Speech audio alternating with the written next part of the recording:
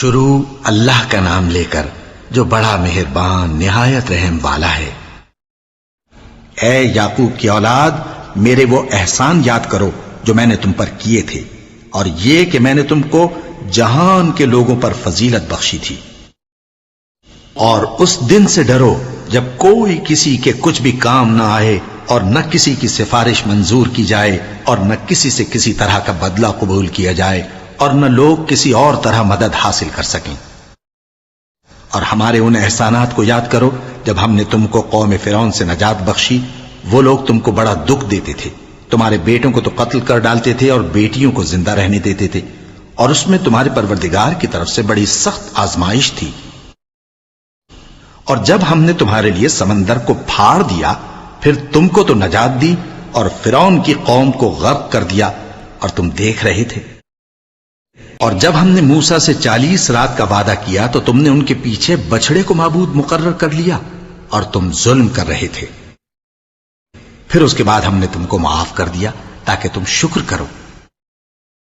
اور جب ہم نے موسیٰ کو کتاب اور معجزے عنایت کیے تاکہ تم ہدایت حاصل کرو۔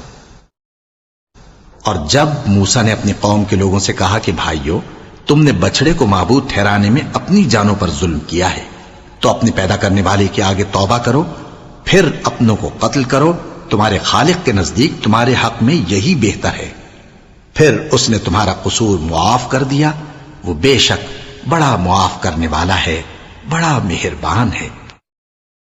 اور جب تم نے موسیٰ سے کہا کہ موسیٰ، جب تک ہم اللہ کو سامنے نہ دیکھ لیں گے تم پر ایمان نہیں لائیں گے، تو تم کو بجلی نے آ گھیرا اور تم دیکھ رہے تھے۔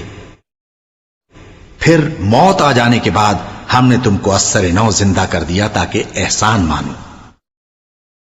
اور ہم نے بادل کا تم پر سایہ کیے رکھا اور تمہارے لیے من و سلوہ اتارتے رہے کہ جو پاکیزہ چیزیں ہم نے تم کو عطا فرمائی ہیں ان کو کھاؤ پیو، مگر تمہارے بزرگوں نے ان نعمتوں کی کچھ قدر نہ جانی، اور وہ ہمارا کچھ نہیں بگاڑتے تھے بلکہ اپنا ہی نقصان کرتے تھے۔ اور جب ہم نے ان سے کہا کہ اس گاؤں میں داخل ہو جاؤ اور اس میں جہاں سے چاہو خوب کھاؤ پیو، اور دیکھنا دروازے میں داخل ہونا سجدہ کرتے ہوئے اور حطوتن کہنا، ہم تمہارے گناہ معاف کر دیں گے اور نیکی کرنے والوں کو اور زیادہ دیں گے۔ تو جو ظالم تھے انہوں نے اس لفظ کو جس کا ان کو حکم دیا تھا بدل کر اس کی جگہ اور لفظ کہنا شروع کیا، پس ہم نے ان ظالموں پر آسمان سے عذاب نازل کیا کیونکہ نافرمانیاں کیے جاتے تھے۔